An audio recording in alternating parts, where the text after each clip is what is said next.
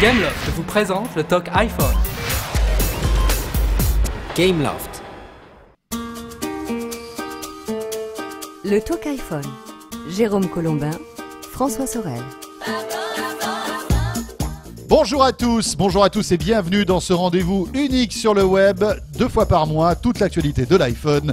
C'est le Talk iPhone. Bonjour Jérôme Colombin. Salut François Sorel, et sais-tu quel numéro du Talk iPhone nous enregistrons aujourd'hui? Non mais j'ai un peu peur là. Le numéro 13. Oh mon Dieu, moi qui suis superstitieux, Jérôme, je te laisse. Au revoir à vous toutes et à vous tous et à la semaine prochaine pour le numéro 14. Je savais que ça lui ferait de l'effet. Il est un peu chochotte. Bon, Jérôme, je te laisse les clés, à bientôt. Mais le reste, ça va bien se passer puisqu'au contraire, ça porte bonheur le 13. T'es sûr? Oui. Bon, écoutez, ça tombe bien parce qu'en plus on a plein de choses à vous raconter. Exactement, programme chargé cette semaine. On va d'abord parler de l'iPhone OS version 4. Alors dit comme ça fait un peu peur. Ah oui, moi j'ai j'ai déjà des boutons là quand tu dis ces trucs-là. Mais en fait, ça veut dire que très bientôt, l'iPhone saura faire encore plus de choses. Avec ces petits bras Avec musclés ses comme petites ça. mains, oui. Voilà, ça va être sympa. On parlera de l'iPad aussi. Pas mal d'actualités concernant l'iPad qui circulent sur le web et qui ont été officialisées d'ailleurs par Apple. Notre appli coup de cœur, c'est le navigateur Opera qui arrive sur l'iPhone et c'est un événement.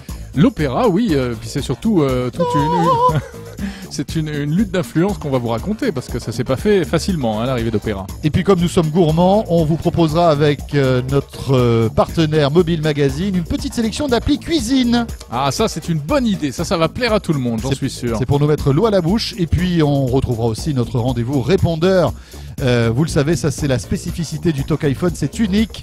Vous pouvez à tout moment nous laisser vos messages par le biais de l'iPhone en appuyant sur la petite touche dictaphone. Vous parlez dans le micro de l'iPhone, vous nous laissez votre message et vous nous envoyez tout cela à l'adresse mail suivante. Le talkiphone@lachaînetechno.com. On reçoit automatiquement le mail avec votre message audio et on en sélectionne une palanquée, comme on dit, et voilà, dans chaque Talk et iPhone. on va d'ailleurs en écouter dans un instant la première salve. Soyez les bienvenus, c'est parti pour le Talk iPhone numéro 13. Ah, le 13. Le répondeur. Bonjour messieurs et bonjour à tous les auditeurs du Talk iPhone. Je m'appelle Vincent et j'ai une application à vous faire partager, un peu comme tout le monde. Une application qui s'appelle Pic2Shop, ça s'écrit PIC2SHOP. Et ça peut vous permettre de gagner pas mal d'argent sur des produits multimédia comme des livres, des CD, des DVD, des jeux vidéo ou encore des accessoires.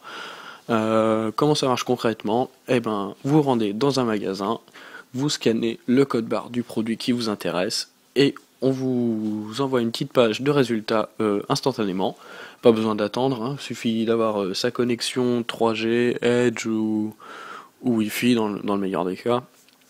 Et vous avez un petit résumé des prix pratiqués sur la toile. Comme ça, vous pouvez comparer les prix qu'affiche le magasin avec les prix d'Amazon ou du site de la Fnac, entre autres. Vous pouvez également faire une recherche par pays. Il suffit que imaginons que vous vous trouviez en Suède, vous scannez un produit dans un magasin en Suède et on va vous trouver les sites suédois qui vendent ce produit également. Voilà, ça s'appelle Pic2Shop, PIC2SHOP.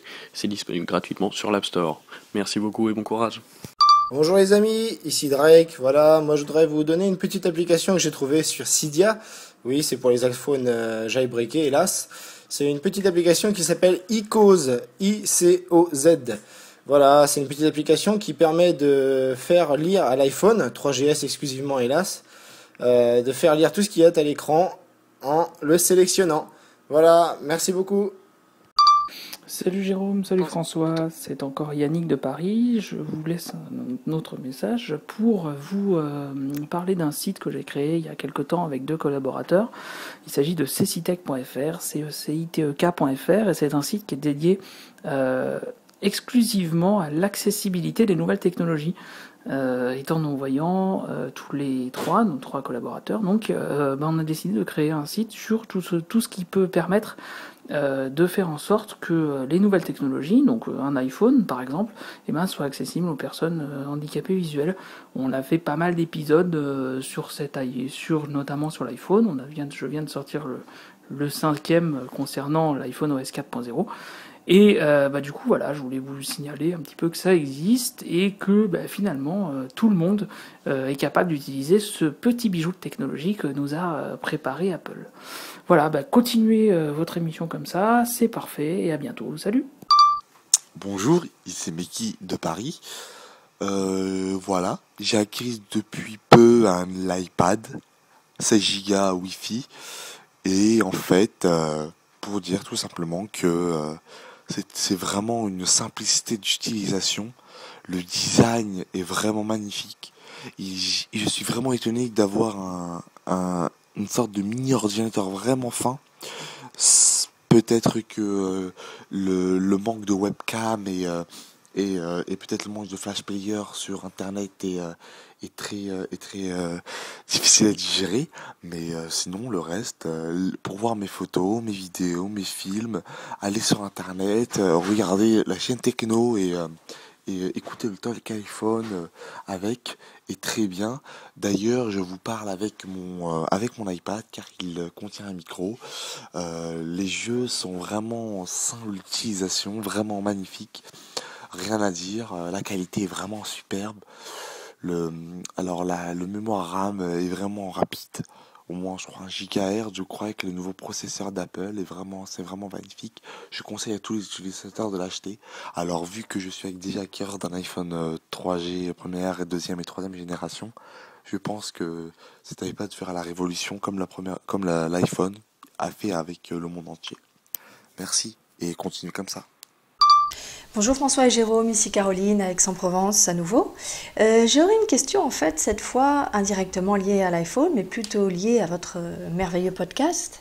C'est-à-dire comment faites-vous pour faire un podcast où il y a à la fois de la voix et de l'image? Si c'est simple à expliquer, si ça requiert évidemment des moyens de studio professionnels, inutile de rentrer dans le détail, mais si c'est quelque chose qui est faisable par un amateur, eh bien, n'hésitez pas à nous en parler. Merci, à bientôt.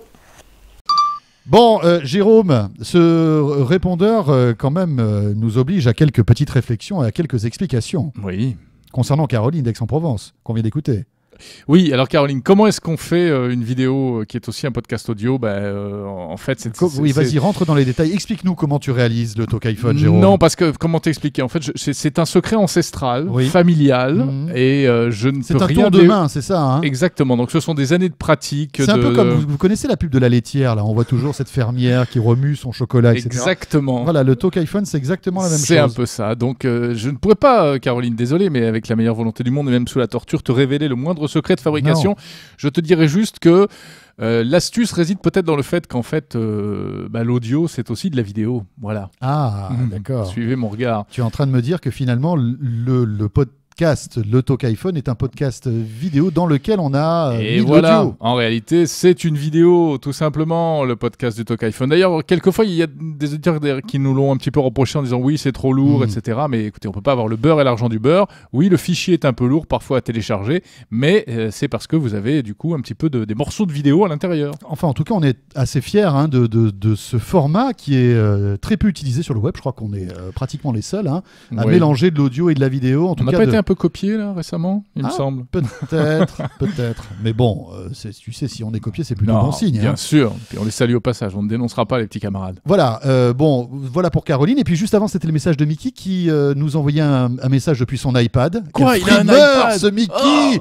Quel frimeur! Il a un iPad, c'est pas vrai! Ouais, mais il n'est pas le seul, attends. Nous aussi, on a un iPad. Eh oui, devinez ce que j'ai entre les mains actuellement. Un iPad 32 Go. Alors, si vous n'êtes pas allé sur le site www.lachaînetechno.com, ou honte à vous déjà, première chose. Et la deuxième, c'est que vous pouvez, si vous le désirez, visualiser le test vidéo qu'on a réalisé avec Jérôme, pratiquement 20 minutes, entièrement dédié à l'iPad. 20 minutes après la sortie de l'iPad. Voilà, 20 minutes après, on vous offrait 20 minutes. Non, mais c'est vrai qu'on a eu la chance de la voir en fait le dimanche, le lendemain de sa sortie, et on en a profité pour travailler tout le lundi de Pâques pour vous sortir ce test. Oui, alors lachaînetechno.com, test de l'iPad en vidéo. L'actualité de l'iPad cette semaine, c'est une bien triste actualité qu'il faut souligner, François. Oui, parce que l'iPad devait sortir en France fin avril, et puis patatras, Apple a annoncé la nouvelle, en plus à la manière d'Apple, c'est-à-dire que oui, étant donné qu'il y a que l'iPad a tellement de succès, mais vous savez quoi, il a tellement de succès, vous l'aimez tellement l'iPad que vous l'aurez pas. Que vous l'aurez pas. Voilà, c'est en gros ça, le communiqué de presse. Donc il est annoncé fin mai maintenant,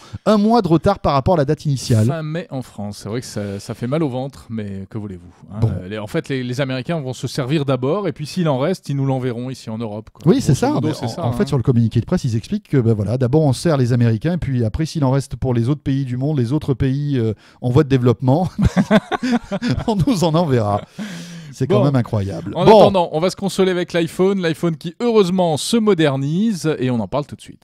Le Talk iPhone. Toute l'actualité de l'iPhone et de l'iPod Touch. Et place maintenant à notre rendez-vous avec notre partenaire du Talk iPhone. Il s'agit du blog iPhone.fr. Bonjour Laurent. Bonjour à tous. Laurent qui est le fondateur de l'excellent iPhone.fr, qui est donc, je le disais, le partenaire du Talk iPhone. Alors Laurent, l'actualité cette semaine, c'est l'annonce par Steve Jobs himself de la nouvelle version du logiciel de l'iPhone OS 4.0. C'est l'événement de l'année, hein, on peut le dire, Laurent. Et oui, pour les amateurs d'iPhone, c'est l'événement de l'année, puisque il y a une mise à jour majeure par an. Et c'est cet iPhone OS 4, ça sera la 4e version de notre logiciel qu'on utilise au quotidien sur l'iPhone. Bon, avant de rentrer dans les détails, il faut dire que c'est une annonce qui est, tu le disais, chaque année très importante, parce que on se rend compte que l'iPhone est un vrai petit ordi et que grâce à ces mises à jour, il y a toujours des nouvelles fonctionnalités qui arrivent. Hein. C'est ça qui est formidable. Alors effectivement, donc on le voit sur d'autres mobiles, mais c'est vrai qu'Apple nous a habitués à déployer soit des fonctions manquantes que les gens réclamaient, soit des fonctions qu'on n'attendait pas forcément, mais ils nous ont habitués régulièrement à donner de nouvelles fonctionnalités qui souvent marchent sur d'anciens terminaux. On verra que pour cet OS-là, c'est un petit peu différent, mais globalement, il y a des évolutions assez régulières de l'OS et que tout le monde attend avec impatience, parce qu'on aime bien avoir une machine qui évolue. Bon, alors, on va rentrer maintenant dans le vif du sujet. Laurent, vous avez répertorié plus de 80, je crois, petites mises à jour prévues lors de cet iPhone OS 4.0, mais quelles sont celles qui, à ton avis, vont changer notre vie ? Alors, qui vont changer notre vie, je ne sais pas si elles vont vraiment changer notre vie. Par contre, il y a effectivement, sur la plus de 100, Steve Jobs a annoncé plus de 100 mises à jour. Sur ces 100 mises à jour, il y en a des plus mineures, c'est des icônes qui ont changé de couleur, mais il y en a des plus majeures. Alors, les plus majeures qui vont changer, c'est simplement l'interface. C'est la possibilité de ranger les applications dans des répertoires. Donc ça va à la fois changer l'utilisation qu'on en fait, mais également la possibilité d'avoir beaucoup plus d'applications sur son iPhone, parce que globalement, avec le temps, ça se sature. Petite mise à jour cosmétique, il est possible d'avoir un fond d'écran comme on l'a vu sur l'iPad. C'est pas grand chose pour Apple, mais c'est quelque chose d'appréciable pour les utilisateurs. Beaucoup de gens ont jailbreaké, ne serait-ce que pour ça. Et bien sûr, il y a une notion qui était très attendue, qui est le multitâche. Ça, c'est vraiment... Alors, ce qui est étonnant, c'est qu'on a l'impression quand même qu'Apple écoute ses utilisateurs. Hein.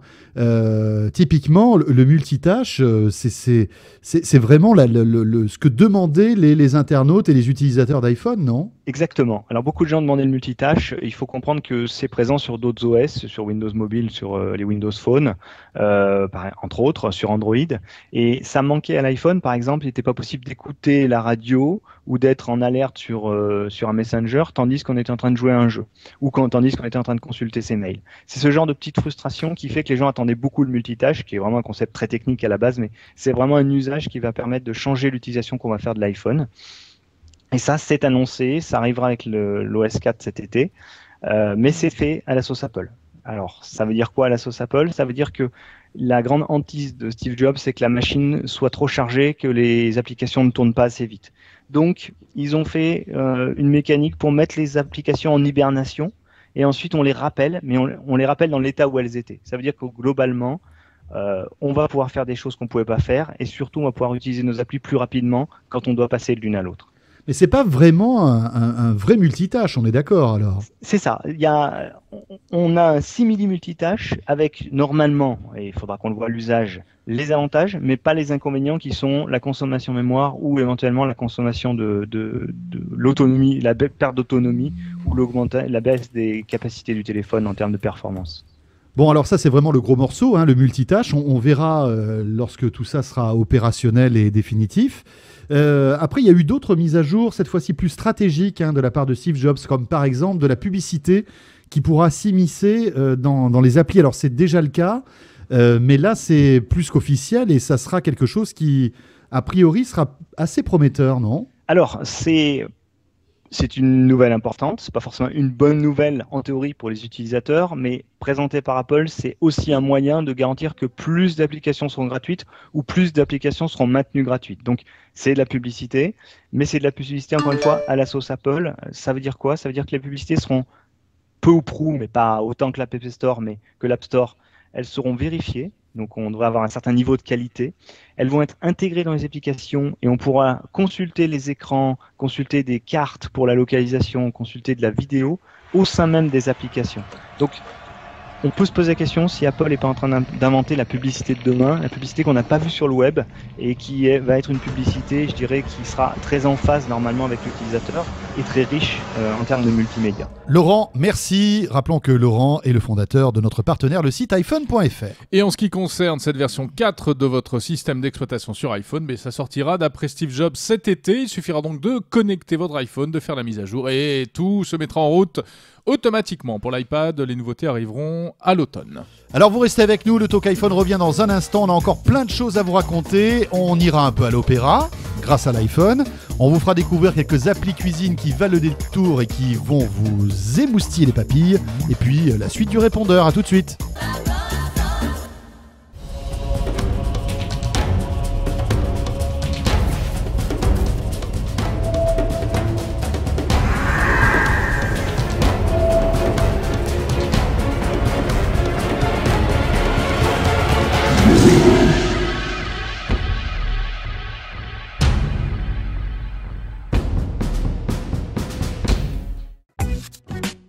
Le Talk iPhone. C'est le retour du Talk iPhone, deuxième partie du répondeur, avec plein d'astuces que vous nous avez envoyées. Bonjour à tous, c'est Fred d'Abbeville dans le 80. Donc suite à votre dernier podcast qui traitait du GPS de l'iPhone, je vous envoie une petite astuce qui va permettre d'améliorer grandement le signal du 3GS, car comme tout le monde le sait, il ne capte vraiment pas très bien les satellites, et encore moins bien quand on a un pare-brise thermique. Donc l'astuce consiste à télécharger un programme qui s'appelle GPS Serial. Donc il se trouve sur Cydia, donc il faut être jailbreaké. Et ce petit programme va en fait permettre de trianguler votre position par rapport aux antennes GSM des opérateurs et va pouvoir donner un petit coup de pouce à la puce GPS de l'iPhone.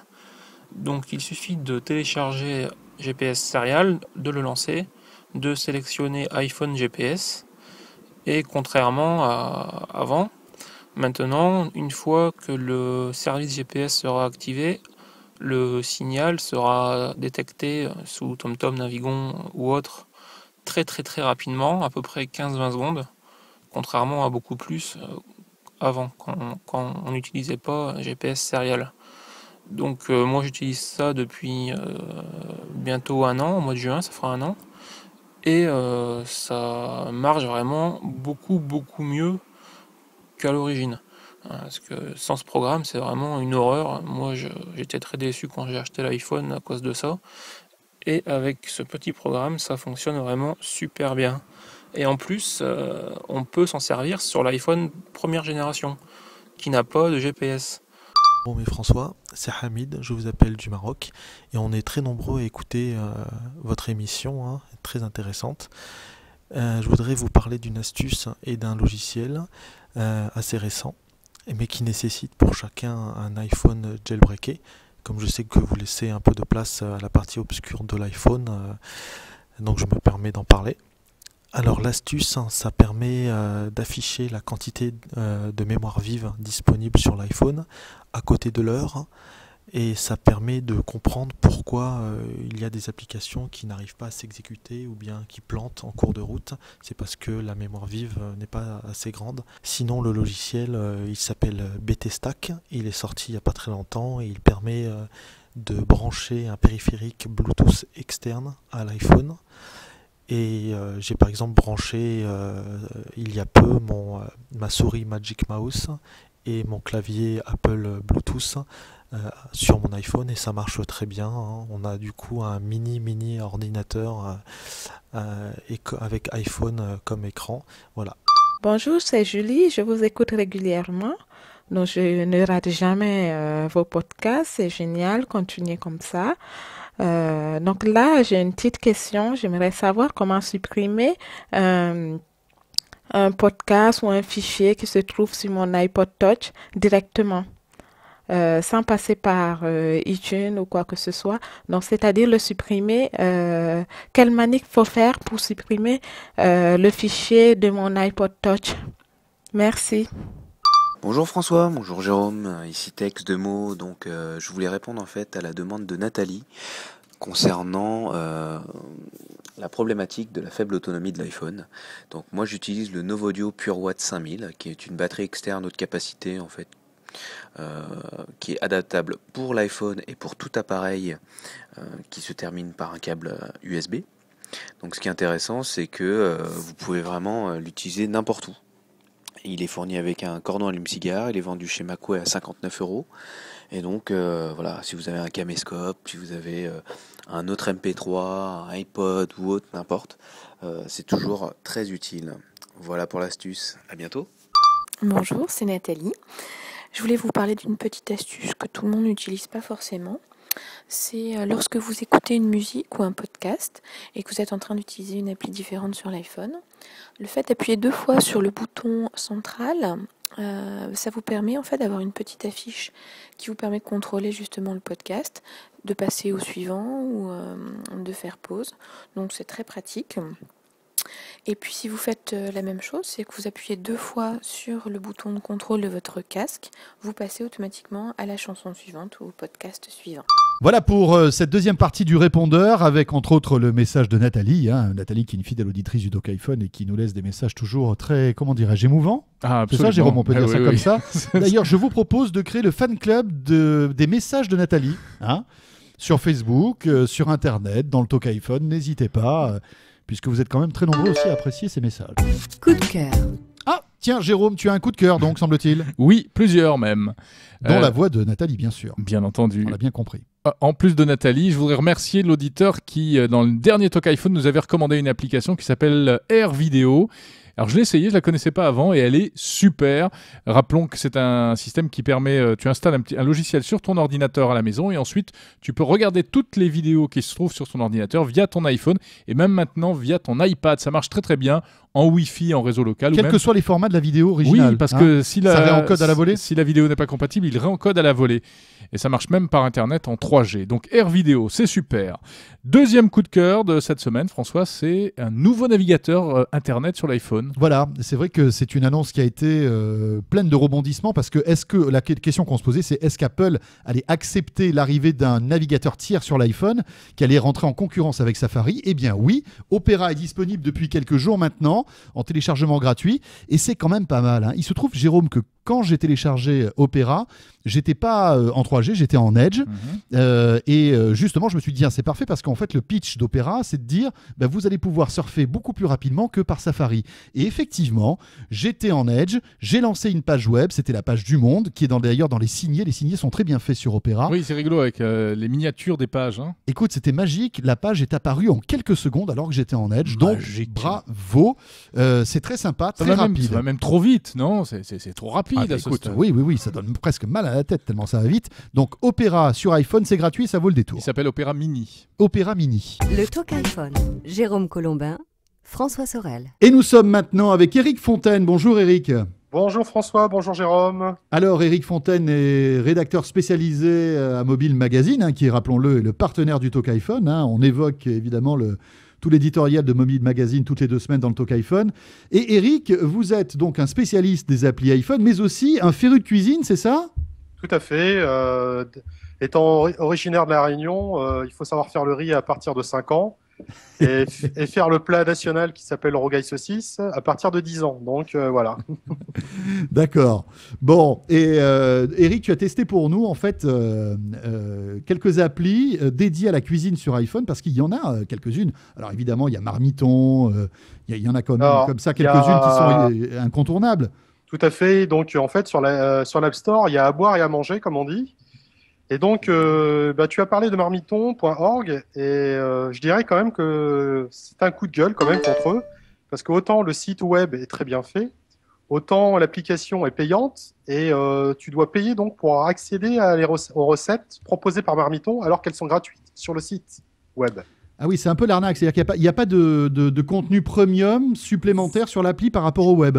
Tout à fait. Et en plus, tu es obligé de t'inscrire d'abord sur le site web avant de pouvoir accéder à l'application iPhone. Donc, c'est un de mes coups de gueule quand même contre Marmiton, alors que le site web est quand même reconnu en tant que précurseur pour les recettes de cuisine.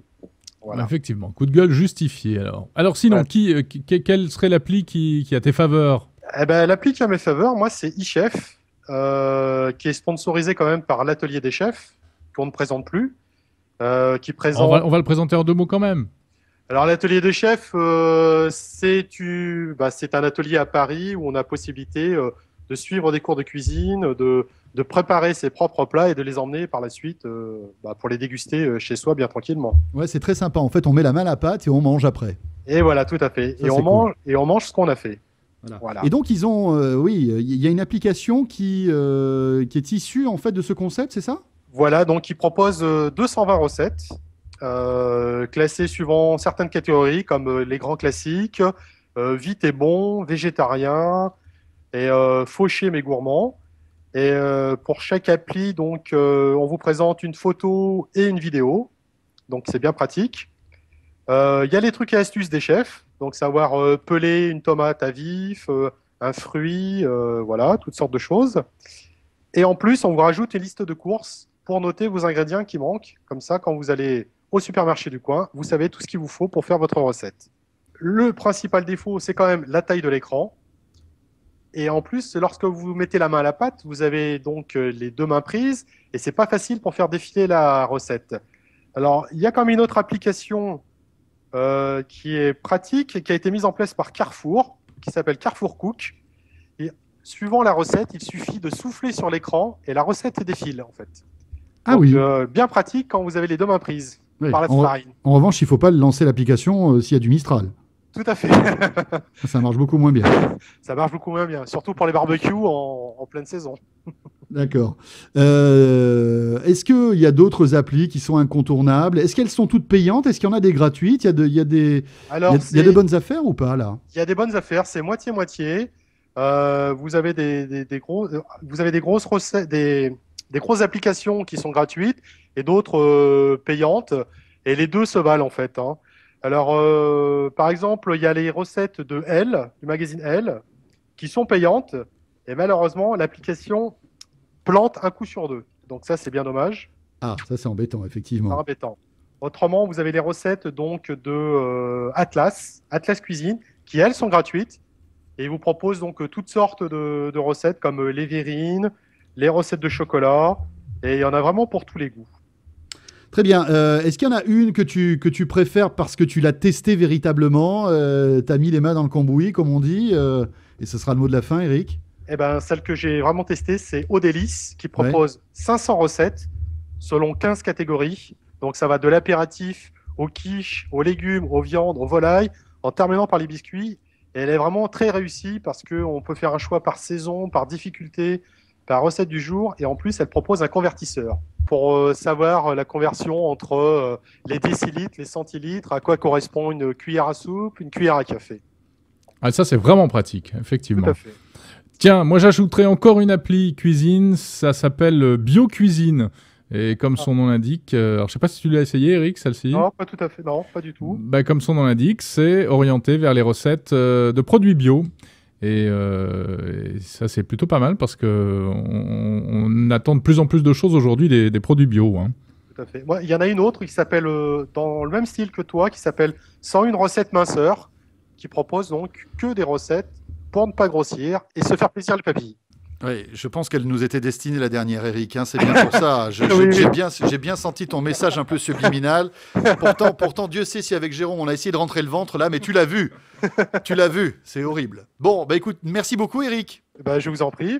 Voilà. Eric, qui est donc rédacteur spécialisé chez MobileMac, qui est le partenaire du Talk iPhone. Merci beaucoup. Le répondeur. Bonjour à vous. C'est Romain de Lyon. Donc, c'était pour vous demander et demander aux auditeurs s'ils avaient une solution pour faire marcher la télécommande des écouteurs 3GS sur les iPhone 3G. Parce que moi, j'ai un iPhone 3G Et quand j'ai racheté des écouteurs, et bah, pour augmenter le son et diminuer le son, et bah en fait ça marchait pas sur mon iPhone 3G. Donc du coup, bah voilà, c'était pour savoir si quelqu'un avait une solution ou sinon, bah voilà. Bah écoutez, bah merci. Bonjour le Talk iPhone, Stéphane de Pierrefitte. Je cherche un moyen, une astuce ou une appli pour pouvoir lire des pièces jointes avec une extension .eml que je n'arrive pas à lire directement sur mon iPhone. Merci pour votre réponse et puis bonne continuation à tous. Au revoir. Bonjour François et Jérôme, ici Tex à nouveau de Meaux. Je voulais vous donner une astuce. Alors, ça concerne toutes les personnes qui verrouillent leur téléphone ou qui souhaitent le verrouiller, mais qui sont assez gênées en fait de la demande de code immédiatement.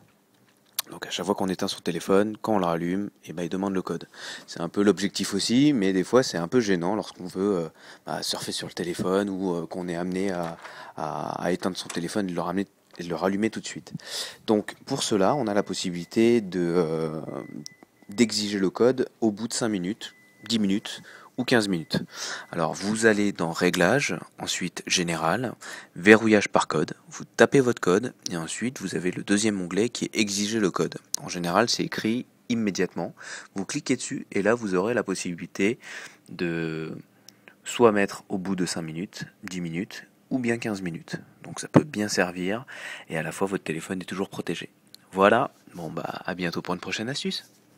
Et voilà, le temps passe trop vite, c'est la fin de ce Talk iPhone numéro 13. Voilà, un dernier, ça s'est bien passé finalement le 13, j'avais peur, tu vois, mais bon finalement, jusque-là, tout s'est bien passé. Tu reviens la prochaine fois ? Je reviens dans 2 semaines. Juste un mot pour vous signaler que nous avons lancé avec Jérôme un nouveau blog dédié à l'iPad qui s'appelle www.french-ipad.fr. French-ipad.fr. Et à ce sujet, nous cherchons des contributeurs à ce blog. Donc si vous avez envie de devenir un rédacteur de ce blog et si vous êtes passionné par l'iPad, n'hésitez pas, vous nous envoyez un petit message à l'adresse du Talk iPhone. Le Talk iPhone @lachaînetechno.com. Voilà, je n'ajouterai rien en ce qui me concerne. Bonne semaine, bonne quinzaine même, et on se retrouve très vite pour un prochain Talk iPhone. Salut à tous et merci de nous suivre toutes les 2 semaines. Le Talk iPhone.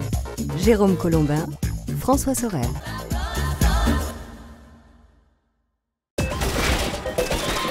Gameloft vous a présenté le Talk iPhone. Gameloft,